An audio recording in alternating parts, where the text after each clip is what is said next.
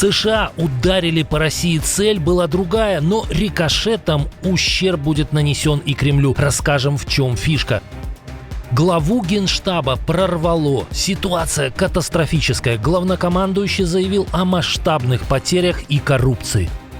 Военная техника в центре столицы. Союзник Кремля внезапно заговорил о территориальных претензиях, к чему готовится Москве. Российские военные срочно обратились к Путину. Этот вопрос не должен был попасть на прямую линию. Об этих и других событиях утро 19 декабря. Самые важные и срочные новости, эксклюзивные подробности. Вы смотрите информационный выпуск «Нехта». Оперативно о событиях в Украине, России, Беларуси и мире. Раньше и понятнее других. Все, что нужно знать сегодня. Европейские лидеры по-настоящему наступили на хвост кремлевской змее на фоне исторического саммита ЕС, на котором решается вопрос об использовании замороженных российских активов. Стало известно, почему некоторые участники выступают против. Российская разведка запугивает бельгийских политиков и руководство депозитария Euroclear, пишет The Guardian со ссылкой на европейские спецслужбы. Речь идет о целой кампании давления, которую связывают с военной разведкой ГРУ. Ранее бельгийский премьер Барт де Вевер признался, Москва пригрозила преследовать его вечно, если деньги пойдут на репарационный кредит Украине. Европейские чиновники признают, степень угроз разная, но тактика запугивания точно применяется. Ранее Москва пригрозила конфискациями активов западных фирм в России. Также Центральный банк России подал иск на 229 миллиардов против бельгийского депозитария Euroclear, где хранятся замороженные российские средства. Правда, подал пока в арбитражный суд Москвы. А Владимир Путин накануне так разволновался, что скинул личину и перешел на жаргон питерской подворотни. Европейские подсвинки. Похоже, в Кремле серьезно подгорает. Владимир Зеленский рассказал журналистам в Брюсселе, что стоит на кону и что ждет Украину, если на саммите ЕС не будет принято решение об использовании этих замороженных российских активов. Це дійсно загроза. Загроза яка? 45-50 мільярдів буде точно дефіцит. Точно. Дефіцит може бути і більше. Ми з вами не знаємо точно, як будуть розвиватися події в наступному році. Но бюджетный дефицит не единственный, который угрожает стране и не в будущем, а прямо сейчас. Ми сьогодні говоримо і про протиповітряну оборону, про деякі ракети. Не хочу говорити вголос, яких дефіцит. Є деякі системи, на яких немає деяких видів ракет. Я сьогодні проговорював з партнерами, що ми можемо дискутувати довго і багато, але кожного дня летить. Если европейские партнеры Киева не примут решение об использовании замороженных активов Москвы, то к недостатку ракет может добавиться еще один. Якщо не надійде цей транш, у України буде зменшено в рази виробництво дронів.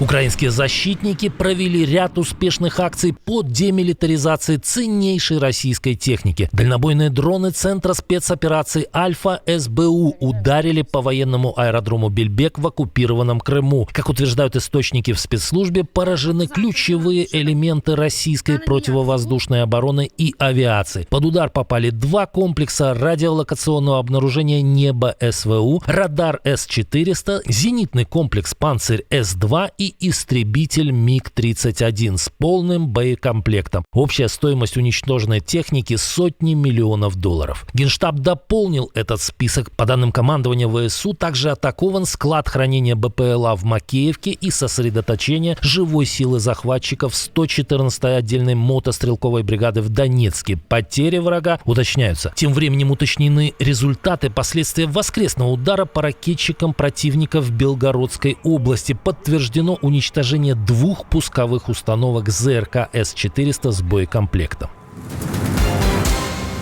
Главу российского Генштаба прорвало. Валерий Герасимов заговорил о разочаровании людей в действиях властей, ситуации на фронте, увеличении потерь, деградации экономики, повышении тарифов на ЖКХ и усилении коррупции. Но нет, это не о России. Генерал, который каждый день отдает приказы бомбить соседей, очень за них распереживался. Как итог, страну с начала специальной военной операции покинули около 9 миллионов человек. Так вот почему миллионы украинцев решили стать беженцами. Ну, совсем не из-за войны, которую развязал Герасимов и Путин. Кроме того, Герасимов долго рассказывал об очередных взятых населенных пунктах. Российские штурмовые подразделения ведут уличные бои непосредственно в городе Красный Лиман. Теперь самое главное, чтобы через пару дней там не появился Владимир Зеленский. Главный вопрос к Путину – когда закончится война? Когда это все закончится?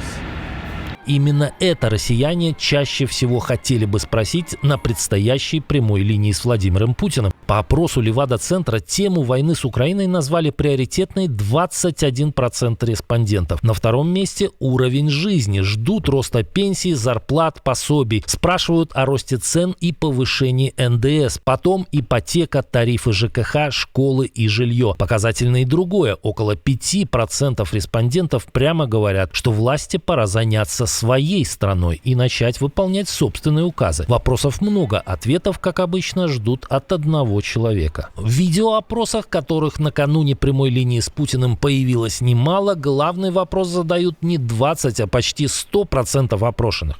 Надежда, что закончится наконец эта война, Правда, часто за этим идет небольшая оговорочка. в нашу пользу, так, как мы хотим. Неудобные вопросы Путину задали и те, кого он отправил убивать и умирать. Почему не меняют тех, кто попал в плен в Курской области? Российские военнопленные в Украине записали обращение к Владимиру Путину. Видео опубликовано движением «Наш выход». Владимир Владимирович, пожалуйста, разберитесь там в своем коллективе, кто этим занимается, почему так затягивается это все.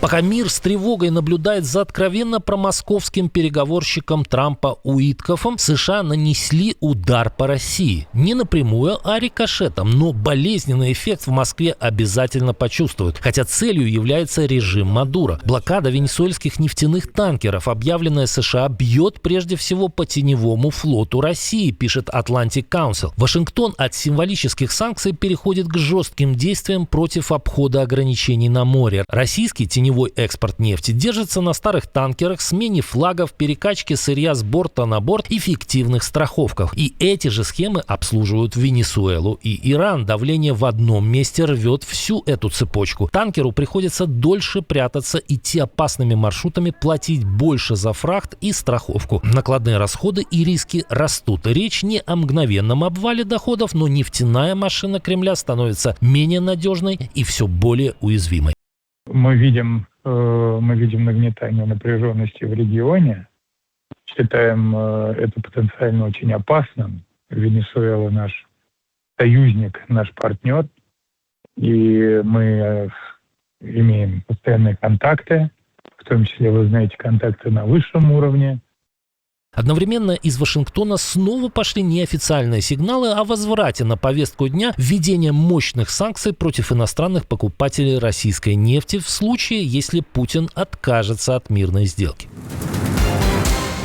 В России власти с новой силой взялись уламывать население, переходить на национальный мессенджер. Госдума разрешила российским вузам перевести студенческие билеты и зачетные книжки в электронный формат. Документы будут доступны через сайты вузов, портал госуслуги и МАКС. Одновременно россиянам все чаще блокируют аккаунты на госуслугах, якобы из-за подозрительной попытки входа. Доступ отключают на 72 часа. Чтобы восстановить его быстрее, предлагают подтвердить личность через цифровой ID в МАКС, пишет 3D News. Дополнительно госуслуги убрали возможность подписывать документы через госключ без установки этого мессенджера. И вишенка на торте: МАКС заменит россиянам паспорт. Госдума во втором чтении фактически приравняла госмессенджер к удостоверению личности. Его разрешили использовать вместо паспорта для подтверждения личности на концертах и других массовых мероприятиях, а также при участии в лотереях. Теми же поправками МАКС сделают инструментом проверки возраста при покупке табака, алкоголя, кальянов и даже безалкогольных тонизирующих напитков. В общем, электронный ГУЛАГ все ближе. Во времена, когда самые крупные страны начали плевать на международное право и заявлять о своих претензиях на чужие территории, маленьким странам приходится содержать внушительные армии. Ну или хотя бы демонстрировать свою готовность дать отпор с помощью доходчивой картинки. Катар. Небольшое государство на Ближнем Востоке с населением менее 3 миллионов человек провело военный парад в честь национального дня. Заодно страна, обладающая третьими по величине запасами газа в мире, продемонстрировала потенциальным агрессорам свои красивые и сильные зубы.